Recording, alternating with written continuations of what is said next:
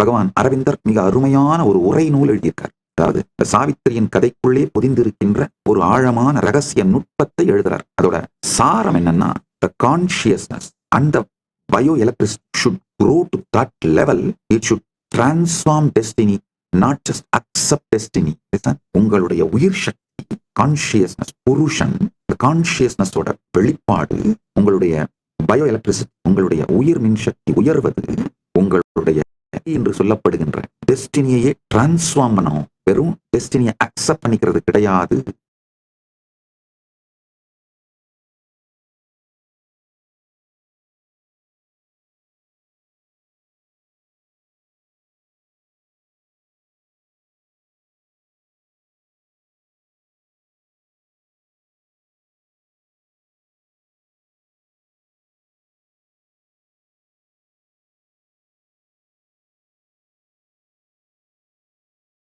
சுவாமிகளுடைய ஜீவசமாதியையும் பகவான் ராம் சரத்குமாரின் ஜீவசமாதியை தயவு செய்து தரிசியுங்கள்.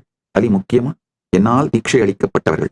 இந்த தீட்சை நான் கொடுத்தனாலே உங்களுக்குள் பல்வேறு உயர் சக்திகளை உணருகின்ற இந்த ஹையர் பயோ எலக்ட்ரிசிட்டியை எக்ஸ்பீரியன்ஸ் பண்ற possibility, capability, competence open up ஆயிடுங்க. அது மலர்ந்து உங்களுடைய உயிர் மின்சக்தி, மிக உயர்ந்த உயிர் மின்சக்தி வெளிப்பாடுகளை உணர்வதற்கும் அதே நிலைக்கு தாங்கள் உயர்வதற்கும் உங்கள் உயிர் மின்சக்தி தீட்சையின் மூலம் தயாராகிவிட்டு இருக்கும். அதனால இந்த சமாதிகளை தரிசனம் பண்ணீங்கன்னா உங்களுக்குள் அந்த அனுபூதி முழுமையாக மலரும்.